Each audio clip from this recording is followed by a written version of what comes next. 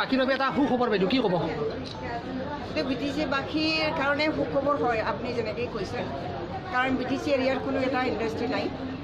এইটো এটা প্ৰথম ইণ্ডাষ্ট্ৰী বিটিচি সৃষ্টি হোৱাৰ পিছত ইয়াত যথেষ্ট এমপ্লয়মেণ্ট পাব নিবনুৱাসকলে, আৰু ইয়াত স্কিল ডেভেলপমেণ্ট কৰাৰো হেণ্ডলুম ছেক্টৰত স্কিল ডেভেলপমেণ্ট কৰাৰো মানে ইয়াত স্ক'প ৰাখিছে।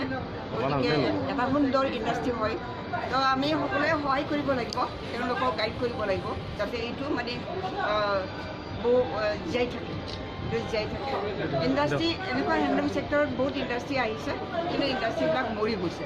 সেই গতিকে আমি সাৱধান হ'ব লাগিব, আৰু আমাৰ নিজৰ কালচাৰটো, আমাৰ যিটো হেণ্ডলুম ছেক্টৰ যিখিনি আমাৰ যিখিনি স্কিল কৌশল, আমাৰ অসমবাসীৰ যিখিনি কৌশল, বিভিন্ন জনগোষ্ঠীৰ যিখিনি আমাৰ কলা কৃষ্টি, সেইটো আমি উদঙাই দিবৰ কাৰণে, এক্সপ'জ কৰিবৰ কাৰণে হেণ্ডলুমটোৱে মানে আমাক যথেষ্ট সহায় কৰে। গতিকে এই হেণ্ডলুম ছেক্টৰৰ যিখিনি ইণ্ডাষ্ট্ৰী শিল্প আজি ইয়াত দুৱাৰ উন্মোচন কৰা হ'ল, সেইটো আমাৰ কাৰণে বহুত ডাঙৰ মানে সুখবৰ হয়। কিমান শিপিনী ইয়াত পৰীক্ষা ল'ব পাৰিব?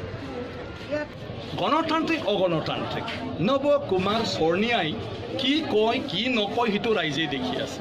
গতিকে ৰাইজে যদি সঁচা বুলি ভাবে গণতন্ত্ৰত সেইটোও সঁচা, বুজি পালে না? এতিয়া ৰাইজে কি ভাবে ৰাইজৰ ওপৰতহে নিৰ্ভৰ হ'ব, বাকীটো একো নাই। ৰাইজক কি লাগে? ৰাইজক যদি সংঘাত লাগে আমি এনেকুৱাতো যাব পাৰোঁ। বড়ো অনাবৰৰ নামত যি কথাটোকে নকওক, এইবিলাক সমস্যা সমাধান কৰিবলৈ হীৰা চৰনিয়াই গৈ কৰিছে নেকি সুধিলেই হ'ল।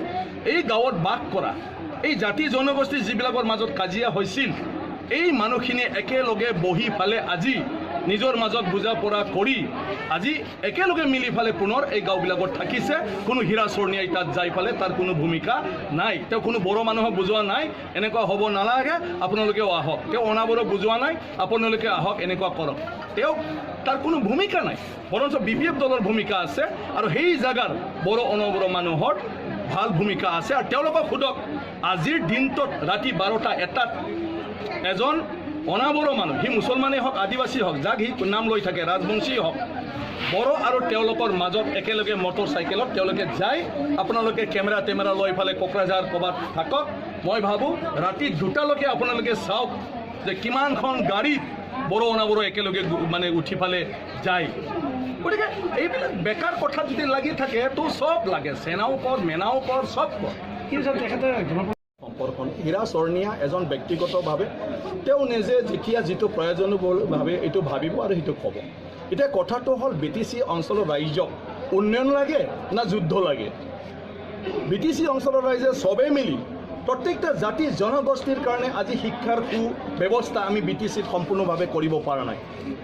এয়া কৰিম না কোনোবা জাতিৰ লগত আমি তাৰ লগত দাবাওয়া উঠাওয়াৰ আমি কাম কৰিম? গতিকে সেইটো BTCৰ জনগণেহে ডিচাইড কৰিব।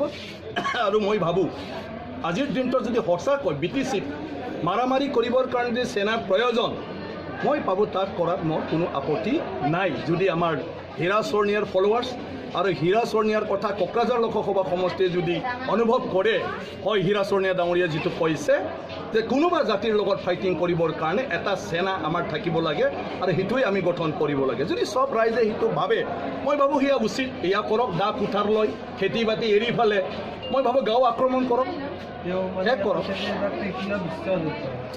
তৃতীয় হওক চতুৰ্থ হওক, হীৰা চৰনিয়া যুদ্ধ নকৰে। BTC অঞ্চলৰ প্ৰত্যেকজন অনাবৰ মানে পৰিয়ালৰ ল'ৰা ছোৱালীৰ হাতত তেওঁ অস্ত্ৰ তুলি দিব খুজিছে।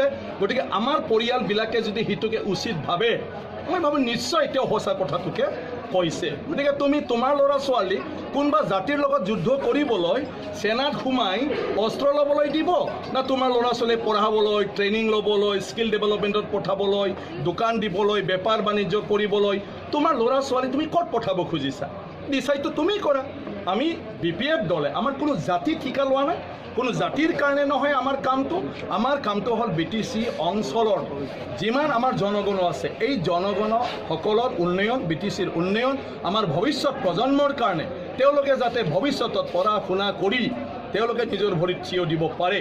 আৰু সেই BTCখন এটা আদৰ্শৱান BTC ইয়াৰ ৰাইজক দেখা পোৱাৰ লগে লগে পৃথিৱীৰ যিকোনো মানুহে যাহাতে এনেকুৱা ধৰণৰ সংস্কৃতি আমিও উন্নত কৰিব লাগে বুলি ভাবি যায় এই কথাটো আমি ভাবিছোঁ গতিকে তাৰ কাৰণে হ'লে আমি কোনটো কৰা উচিত এয়া চালে হ'ল এই এফেক্টটো নৱকুমাৰ চৰনীয়া তাত একো নপৰে নৱকুমাৰ চৰনীয়া আজি তেওঁৰ বাচ্চাবিলাকক দিল্লীত পঢ়ুৱাই আছে ইয়াৰ স্কুল যদি বড়ো অনাবড়ো মাৰামাৰি হৈ থাকে স্কুলখনত নৱকুমাৰ চৰনীয়াৰ কোনো ক্ষতি নহয় নৱকুমাৰ চৰনীয়াটো কাৰোবাৰ পলীয়া হৈ পেলাই আহিবই